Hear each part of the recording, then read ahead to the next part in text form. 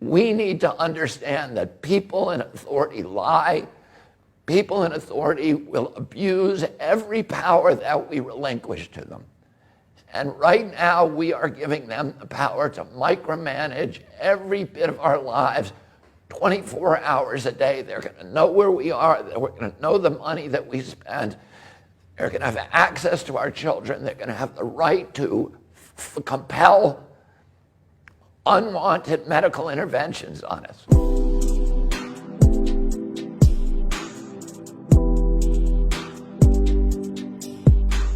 Hi, I'm Robert F. Kennedy Jr. Excuse my voice, which should get better as I talk. And let me explain to you a little bit about the journey that brought me here. I run the biggest water protection group in the world. It's called Waterkeeper Alliance.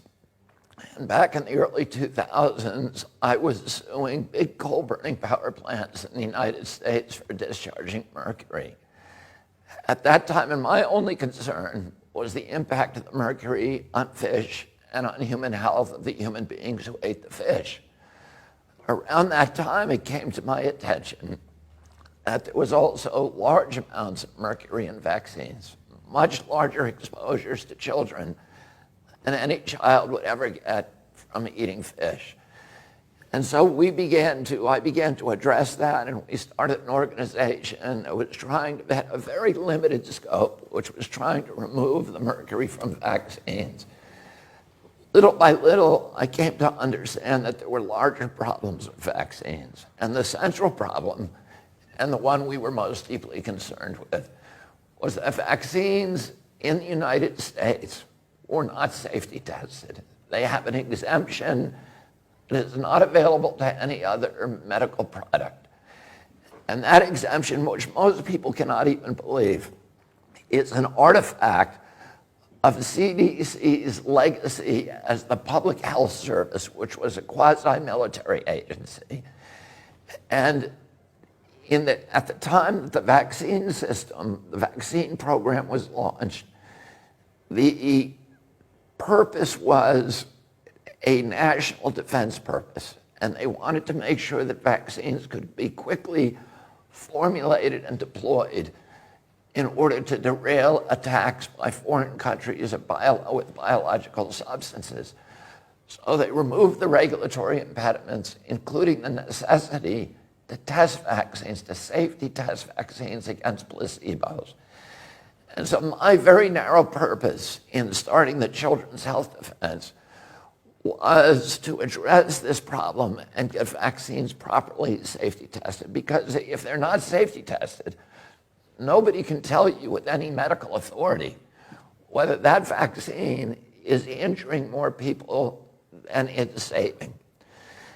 And yet, as we continued on with this advocacy, it became very clear that there were other problems as well. There was problems with the corruption in our political system. The pharmaceutical companies had not only corrupted our politicians with huge amounts of lobbying money, they had captured the agencies that are supposed to protect Americans from public health threats, the CDC, the FDA, the HHS. They had captured the press in our country. Huge influxes of advertising dollars, which had neutralized the press. And they had effectively subverted American democracy by neutralizing all of those institutions that the founding fathers of our nation had created to stand between a greedy corporation and a vulnerable child. The Congress had been corrupted. The regulatory agencies were captured. They had become sock puppets for the industry they're supposed to regulate. The press had been sidelined. And worst of all, they had passed a law in our country in 1986 that gave pharmaceutical companies complete immunity from liability. So there was no incentive for any of those companies to make vaccines safe. And little by little, we recognized that this was not just an American issue. This was a global issue. I came 2 years ago when I was arguing the Monsanto case, and I met my partner here is Dupuy. And Senta already understood the connection that had taken me so long to formulate between toxics in our environment, the capture of our agencies and our political structures by those powerful companies. She also recognized that pharmaceutical companies were the most powerful, more powerful than oil, more powerful than the chemical industry, and a greater threat not only to our children's health, to all the institutions of democracy, not in the United States, but all around the globe. And I'm very glad that Tina Choi helped Senta to organize Children's Health Defense Europe. We are here today to announce, to launch the beginning of this organization. We've been very, very successful in the United States. We recognize that the pharmaceutical industry is operating and capturing politicians and running governments in every nation on the globe. And if we win this battle just in one nation, the United States, we're still going to lose it globally. So we need people of goodwill, people who have courage, people who have a nonconformist way of thinking, who understand that we are being lied to, that the entire political structure today is saturated in pharmaceutical propaganda. And we have watched over the past few years something that is extraordinary. We are at an inflection point, I believe, in human history. The largest and most critical inflection point that humanity has ever encountered. For many years, totalitarian and authoritarian states have used the power of fear to engineer compliance in populations. I grew up understanding what happened in World War II in our country, and during the Nuremberg trials, Hermann Goering was asked by the prosecutor, how did you make the German people comply? And Goering said, it's not just Germany. This works in any country, whether it's a fascist country or a communist country or a monarchy or a democracy. All the rulers need to do is to tell people that there's something they need to be fearful of, to point a finger at that source of their fear.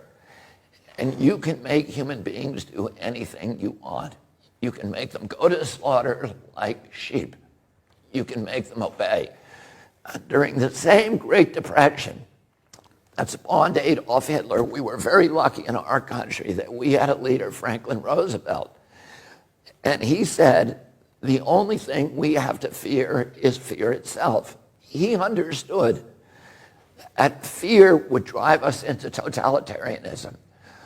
Well, the biosecurity agenda that people like Bill Gates and Anthony Fauci and Davos and all of these people who are running now the global economy, they have understood for years that they have a power that no totalitarian government has ever had available to it, which is the biosecurity. You know, in Hitler could point at the Jews and say, those are the big threat. We need to be frightened of them. And everybody else needs to obey so that we can fight them off. Other countries were scared of the Bolsheviks. In the United States, you know, our demagogues point to the Mexicans or dark-skinned people and say we need to be scared of them, or terrorists. And, you know, all of those things get us to voluntarily give up, relinquish our human rights, our civil rights, and walk like sheep into the abattoir. But now they have a source of fear that is the most pervasive and all-encompassing power that they've ever had, which is the fear of pandemics. Governments love pandemics the same way that they love wars, because it gives them power, it gives them control, and it gives them the capacity to impose obedience on human beings. And today we have an inflection of new technologies that give governments the capacity to impose controls on populations that have never been imagined before in human history by any tyrant in history. We have 5G, which has created a surveillance state. 5G is not here for your benefit. It's not here so that it's going to make your life better because you can download your video game in 6 seconds rather than 29. The only reason for 5G is because it allows these big data companies run by Bill Gates and Mark Zuckerberg and Jeffrey Bezos to harvest our data, to listen to your conversations on your cell phone. They've always been able to do that, but there was no way for them to transport that data, to subject it to analytics, and then to monetize it and to sell it. Bill Gates today is building a city in Arizona, 80,000 people, with a data center that will be able to take all of this new data, the data on your Alexis in your home. You think that Alexis is working for you? Alexis isn't working for you. She's spying on you. Your cell phone is spying on you. They have biometric facial recognition systems, your GPS. All the satellites that Bill Gates brags that his satellites will be able to monitor every square inch of the planet 24 hours a day. They're going to know, and then they have another innovation, which is digital currency.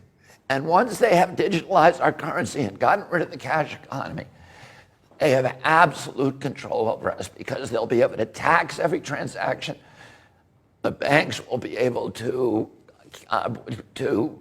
cash in on every transfer of wealth, every transaction, no matter how minuscule, no matter how small. But also they'll be able to enforce obedience, because if you're disobedient, they'll be able to shut down your bank account and starve you, and you'll have no access to cash.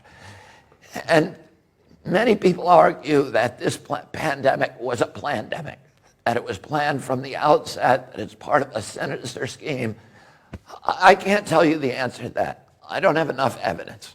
A lot of it feels very planned to me, but I don't know. I will tell you this.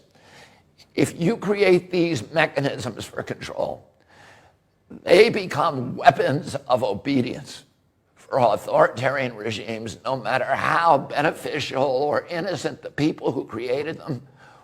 Once you create them, they will be abused.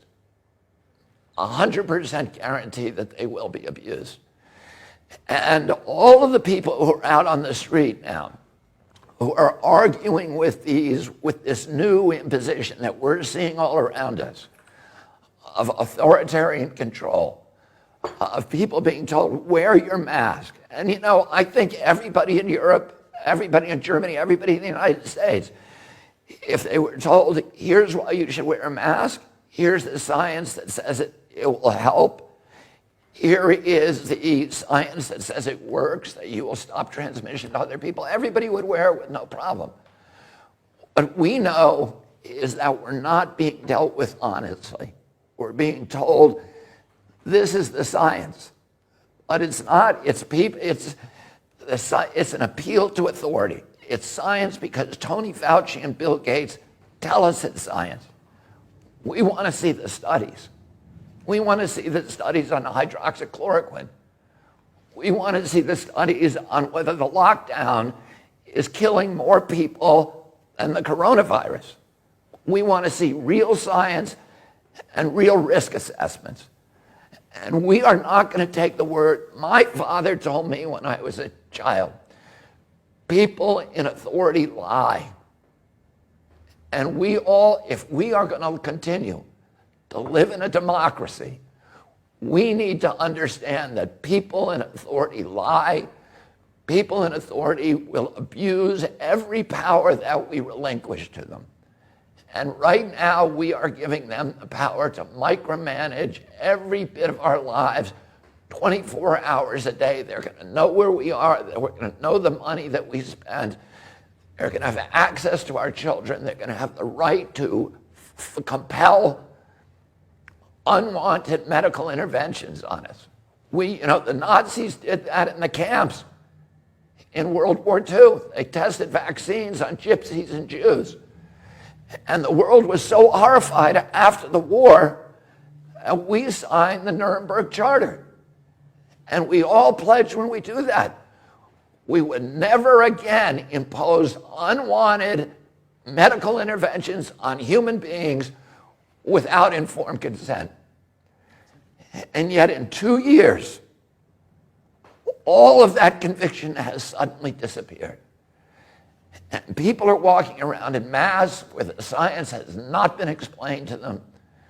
They are doing what they're told. They are these government agencies are orchestrating obedience. It is not democratic. It's not the product of democracy.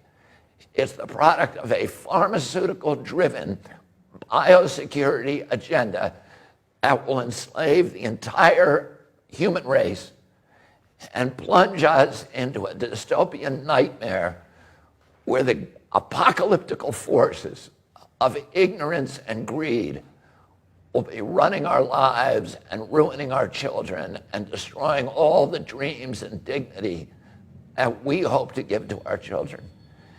And the launch of this organization, Children's Health Defense in Europe, is a beachhead. It's an announcement to the world that we are not going to take it. We are building institutions to fight your institutions. And you have global institutions, and we now have a global institution. And we are going to be out tomorrow with the biggest crowd in German history, and they're all going to be saying peacefully the same thing. We are not going to let you take our democracy away. We are not going to let you take our health away. We are not going to let you take our freedoms away.